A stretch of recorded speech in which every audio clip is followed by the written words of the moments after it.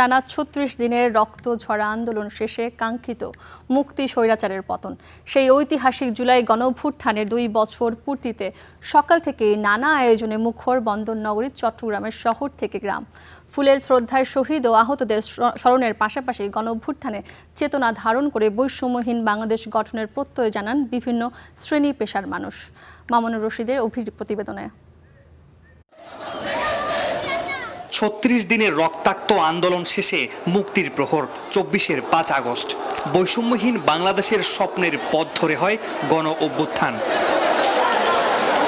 ঐতিহাসিক সেই ক্ষণের ২ বছর পূর্তিতে সকাল থেকে ছিল সরকারি বেসরকারি সামাজিক নানা সংগঠনের উদ্যোগে দিনব্যাপী কর্মসূচি, যেখানে যোগ দেন ছাত্র জনতার আন্দোলনে বুলেটের সামনে বুক পেতে দেয়া আহত যোদ্ধারা।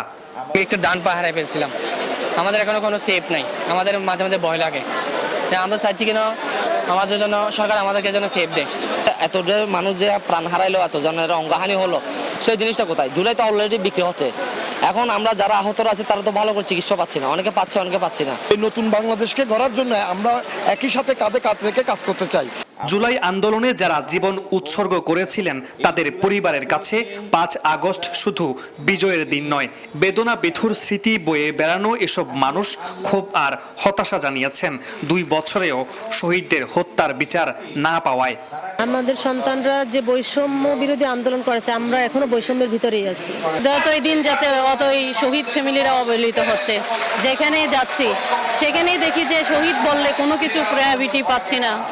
সকালে নগরের নিউ মার্কেট এলাকায় স্থাপিত জুলাই স্মৃতিস্তম্ভে পুষ্পস্তবক অর্পণের মাধ্যমে শহীদদের প্রতি শ্রদ্ধা জানান বিশিষ্টজনরা। পরে জেলা প্রশাসনের উদ্যোগে শিল্পকলা একাডেমিতে হয় আলোচনা সভা, যেখানে গণ অভ্যুত্থানের চেতনা ধারণ করে একটি ন্যায়ভিত্তিক ও বৈষম্যহীন বাংলাদেশ গঠনের প্রত্যয় জানান তারা। আহতরা আছে যারা এখনো বেডে কাতরাচ্ছে, আসুন সবাই তাদের পাশে আমরা দাঁড়াই এবং আমরা সবাই মিলে এই জুলাই আগস্টের আন্দোলনকে আমরা আমার আন্দোলন না বলে আমাদের আন্দোলন বলে সেটাকে সার্থক করে তোলে এবং বিভেদ সৃষ্টি না করি। যারা দেশ বিরোধী শক্তি, তাদের এই দেশে বিনা বিচারে আবার রাজনীতি করার স্বপ্ন, এটা শুধু দুঃস্বপ্ন নয়, এটা দুঃসাহস। এই দুঃসাহস আমাদের মতো রাজনৈতিক কর্মী যতদিন বেঁচে আছে এই বাংলাদেশে সম্ভব হবে না বন্ধুগণ।